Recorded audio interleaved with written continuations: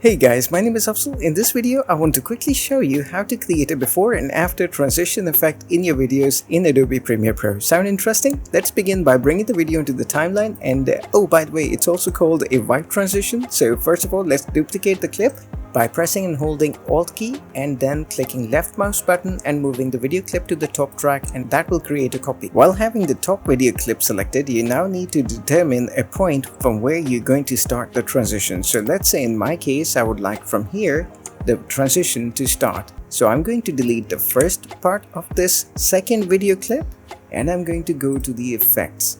But before I do that, I'm going to do some changes to reveal the before and after. So the top video clip, which is on above the first video clip, I'm going to do a little bit changes to the lumetric color.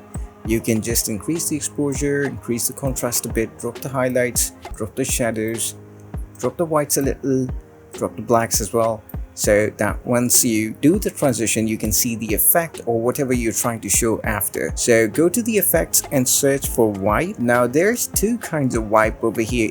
One of them is a video effect, the other one is a video transition. We are going to need the video transition. Drag and drop it onto the top video clip and let's press play and see if it works, and that works beautifully because we had already changed the lumetric color settings of the top video clip and applied the wipe transition.